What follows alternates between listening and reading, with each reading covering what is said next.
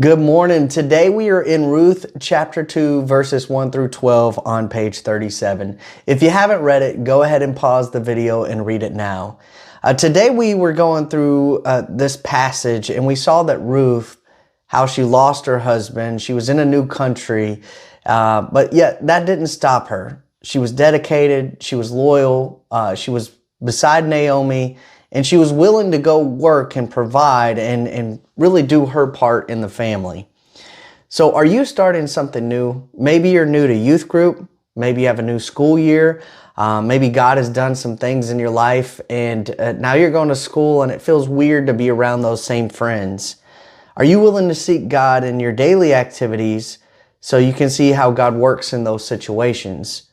You know, it's hard to have that right attitude about doing new things. It's hard to have that right attitude to say, listen, I know that my circumstances are difficult, but I'm going to persevere and I'm going to trust God and let Him lead and direct and really provide in those deficits that I have.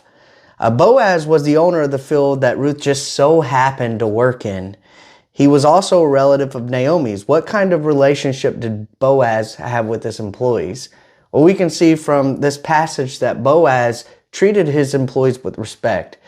All the much so where he was able to have those conversations with them to encourage them to leave some room for Ruth when she came in and tried to pick up different things in the field for her mother-in-law.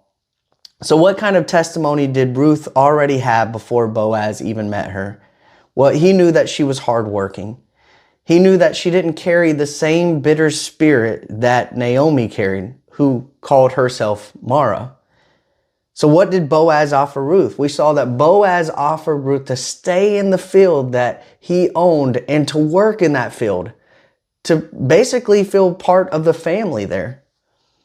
So Ruth responded in humility. Boaz did not owe her anything, but he offered kindness to a stranger.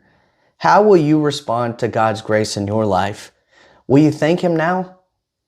Do you need to humble yourself and realize just how much He has done for you? See, Ruth's character went before her. She did not focus on her losses, but she aimed to serve no matter what. Are you choosing to believe that God is good? Are you working hard for His kingdom? Go alongside with other believers in this group. Challenge yourselves. Pray for each other. And remember, your quiet time isn't over until you share it with somebody else. God bless.